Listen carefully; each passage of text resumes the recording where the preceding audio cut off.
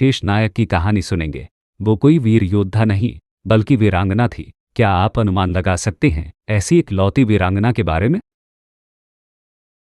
सच कहा दोस्तों, हम बात कर रहे हैं झांसी की रानी लक्ष्मीबाई की। तो चलिए उनकी अद्भुत और प्रेरणादायक कहानी सुने। रानी लक्ष्मीबाई का जन्म 19 नवंबर 1828 को वाराणसी में हुआ था। उनका बचपन का नाम मणिकर्णिका था, लेकिन प्यार से लोग उन्हें मनु कहकर बुलाते थे। उनके पिता का नाम मोरोपंत तांबे और माता का नाम भागीरथी बाई था। उनके पिता एक मराठा दरबार में कार्यरत थे।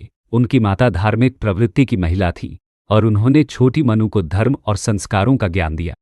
जब लक्ष्मीबाई केवल 4 साल की थीं, तब उनकी मां का निधन हो गया। इसके बाद उनके पिता ने उन्हें झांसी में पेशवा बाजीराव द्वितीय के दरबार में ले जाकर पाला।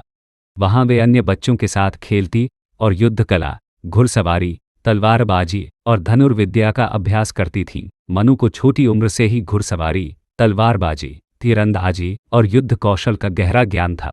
उन्होंने अपने दोस्तों के साथ युद्ध के खेल खेले और एक वीर योद्धा बनने के गुण विकसित किए। पेशवा बाजीराव उन्हें बहुत प्यार करते थे और उन्हें छबीली कहकर पुकारते थे।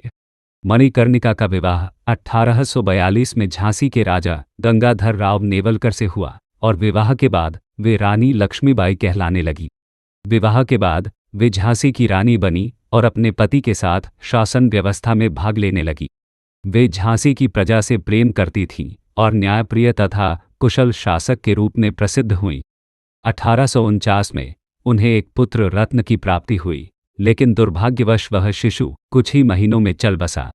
इस गहरे दुख के बावजूद उन्होंने राजा गंगाधर राव के साथ गोद लेकर दामोदर राव को अपना उत्तराधिकारी घोषित किया।